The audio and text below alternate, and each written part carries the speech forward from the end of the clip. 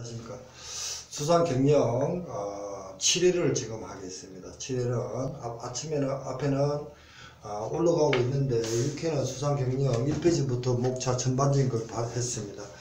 지금 7회는 9페이지부터 해가지고 9페이지부터 해가지고 수상 경영을 전반적인 걸 빨리 좀 나가볼까 합니다. 수상 경영을 지금 9페이지입니다. 9페이지에 1번에 이제 수상 경영, 수산업 개념 비교를 했습니다. 그래서 저번 말했듯이 수상 경영이라는 것은 재정을 제외한 가계, 기업, 기타, 금융경제 구성하는 개별 경제의 단위를 말한다. 그리고 재정은 별도로 있거든요. 그래서 경영은 수익성이 아닌 경제적 원리에 적용하는 조직이며, 경영이란 것은 수익성이 아닌 경제성 원리에 적용되는 조직이며 그 과정에서 일어나는 의사결정이다. 사이먼 이론에 따라 경영 정의는 조직을 구성하고 운영하는 것과 그에 따른 의사결정이라고 경영이라고 했습니다. 조직 구성, 운영, 그리고 의사결정. 수익성이 아닌 경제성 원리가 따른다. 그래서 이제 수산업의 3요소는 경영학적 요소, 자연적 요소, 그리고 시장적 요소로 분류합니다. 그러니까 이제 경영을 하기 전에 수산업이 중요하죠. 그래서 아까 아침에도 앞에 강의도 수산 일반이 먼저 보통 보니까 수산업과 비교를 해야만이 경영이 나오겠죠. 그런 개념으로 보시고. 그래서 수산업이라는 것은 1차, 2차, 3차 산업으로 나누어져 있습니다. 그리고 이제 낚시하는 거 있잖아요. 후일을 낚시하는 이런 것은 수산업이라고 안 합니다. 수산업이라는 것은 경제적 이익을 목적으로 하는 것이고, 우리는 재정을 제외한 경영이란 그것을 조직 구성과 운영하고 의사결정하는 것을 경영이다. 이렇게 경영과 수산업을 비교하시라고 지금 해놨고요. 그 다음에 이제 양식업이 있고, 이제 물속의 범위. 우리는 수산업은 물속에 대한 개념이죠. 양식을 하든 뭐든 간에 육속이라는 것은 바다는 물론 내륙지나 강이나 호수를 등을 말한다. 자, 어업의 분류가 있고요. 그럼 어업의 분류는 수산업 어촌 발전 기본부에 일단 따릅니다. 그런 개념으로 보시고. 그리고 이제 기출 문제가 좀 한두 문제 있을 거예요. 수산업의 특성, 수산식품의 기능. 자, 수산업의 특성, 수산업의 중요성 이렇게 구성되어 있고, 1차 기능, 2차 기능, 3차 기능이 있습니다. 자, 수산식품의 기능은 3차 기능, 노화 억제라든지 질병이라든지 이게 이제 지금은 다양한 기능식품이 개발되어 있죠. 그리고 수산업의 현재 추세는 수산 경영 보고 인용을 해서 첫째, 넷째, 둘째 이런 식으로 정리를 했습니다. 읽어봐 주시고요. 다음에 할 때는 천천히 나갈 겁니다. 지금은. 그러고 나서 수상 경영의 기출 1장에 대한 기출을 넣었습니다. 그리고 7번 문제는 자율관리업에 대한 문제를 넣어놨고, 다시 이제 들어가면은 수산업 관련 세계 흐름과 우리나라 관련 부서가 있습니다. 중간중간에 이제 문제를 거기에서 이해를 해라고 기출 문제와 모의고사를 여타 보니까 책이 보면은 처음 하는 사람은 이제 헷갈릴 수가 있습니다. 근데 제가 보기에는 이론을 넣고 거기에 대한 기출 문제를 넣으면은 어떻게 이론을 공부할까 이런 개념에서 도움이 될 겁니다. 자, 수산 경영입니다. 수산업 기업의 경영 활동을 관리, 통제 등 한 1년의 활동이다. 어업자가 수산물을 채취하거나 어업 활동에 대한 계획을 세우고 이를 효과적으로 수행하며 지속적으로 수행하면서 집행 실적이 제대로 이루어졌는지 계획대로 이루어졌는지, 그렇지 않은 경우는 어떻게 비교할 것인가 비교 검토하여 하는 것이 수상 경영이라 합니다. 그래서 수상 경영 활동이라는 것은 조직체를 활동을 계속해 나가는 조직체를 수상 경영이라 합니다. 앞에 수상 경영이라는 개념이 있었죠. 경영이란 관리, 통제 등 1년의 활동이다. 이런 개념만 보시면 될 것 같습니다. 그래서 수상 경영에 4요소가 있습니다. 자연적 요소가 있고요. 인적 요소가 있고 기술적, 물적 요소로 있습니다. 그럼 이제 그 다음에 그 수상 경영을 하기 위해서는 거기에 대한 재산인 그 어장 같은 게 있겠죠. 어장 같은 수산 자원은 어장을 자연적 요소라고 합니다. 그래서 어장이란 개념이 들어가 있고요. 물속이 어떤가 이런 식으로 있지만 현재로 원양어선이 우리가 좀 또 현재로 또 큰 거래잖아요. 그래서 세계 3대 어장, 북해어장이나 누폰들랜드 어장, 북태평양 어장 등이 있습니다. 나중에 보면은 수산일반하고 같이 비교를 하셔야 됩니다. 그때 어장에 대해서 수산일반 고등학교 책에 따라서 그림도 해놨습니다. 그 다음에 어선과 어구, 경영의 특성입니다. 수산 경영은 육상에 수행하는 다른 산업의 경영 활동과 달리 주로 물 위에서 경영 활동을 수행한다. 경영 대상물이 살아있는 수산 생물이며 그 중에서 이동성을 가지고 살아있는 수산 생물이고 이동성을 가지고 수산동물은 주 대상을 하고 육상에서 일어나는 다른 산업의 경영 활동에서 보기 드문 여러가지 특별한 현상이 있고 이것을 수산 경영의 특수성이라 합니다. 그 특수성에서 그 자연에 대한 그 위협성, 이동성, 어기의 한정된 시간만 하여는 어기의 한정성, 불확실성, 그리고 불구식성 등이 수산 경영에 고려할 위험성이고 자연적 환경과 관련된 위험성이며 여기를 상설하면 환경적 위험성이 있고요. 인위적인 요인이 있고 위험의 분류는 투기와 순수 위험으로 나누어져 있습니다. 그리고 생산량의 불안정성, 노동의 불규칙성 등이 있습니다.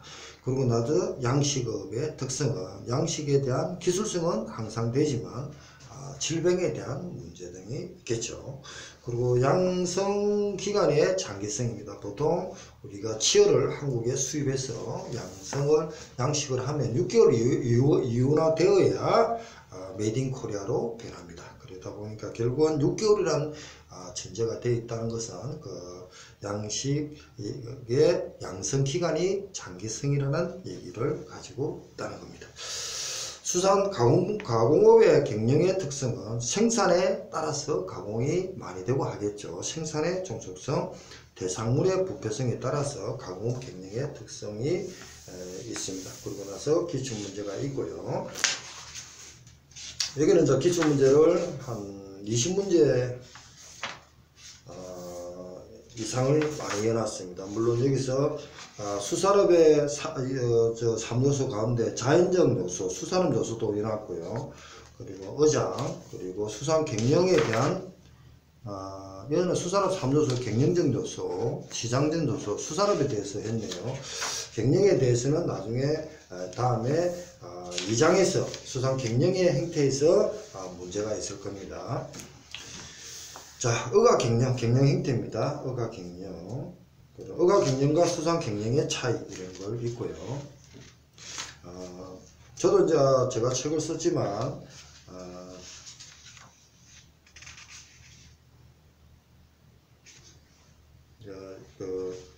여기 보면은 3대 어장, 그리고 어장의 성리, 경영의 특성, 그리고 경영의 특수성, 문제들이 그렇게 되어 있습니다. 그리고 수입 적격성이 고등학책에 있어가지고 3적이 있습니다. 그 해석이 필요한 시기, 필요한 양, 필요한 구역품, 필요한 원가, 필요한 기간. 경영 구성 요소, 4대 경영 구성 요소가 있습니다. 일반적으로 수산 자원을 상품으로서 매매가 가능한 자원만을 가능합니다.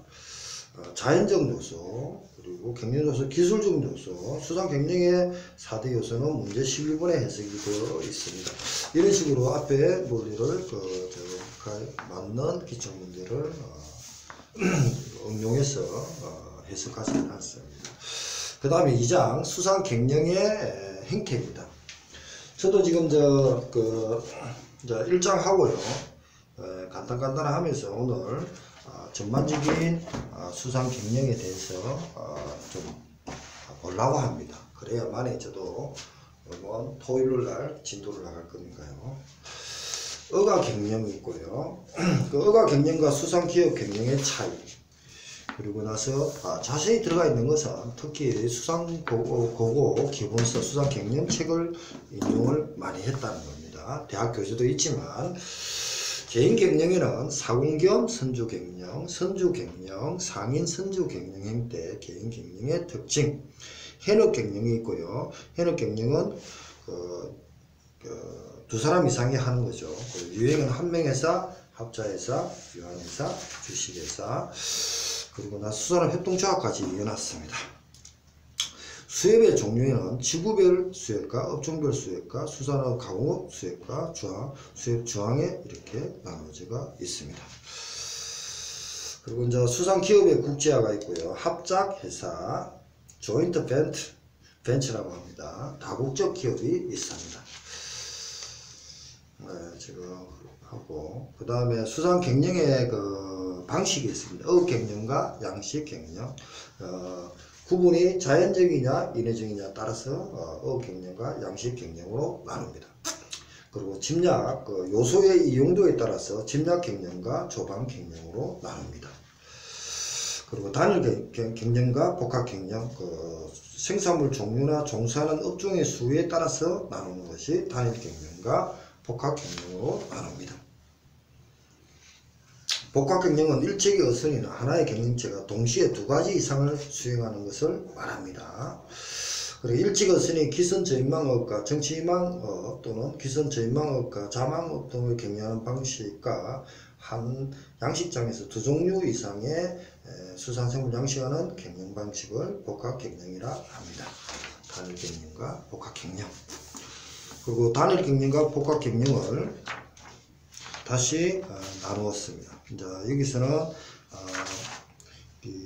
단일 갱년과 복합 갱년은 간단하였지만 다시 4번에다가 단일 갱년과 복합 갱년의 상세 설명입니다. 상세 설명을 부가 설명, 이렇게 이제 부가 설명을 하면서 단일 갱년은 단선 갱년, 폭수호선 갱년, 선단 갱년으로 나눕니다.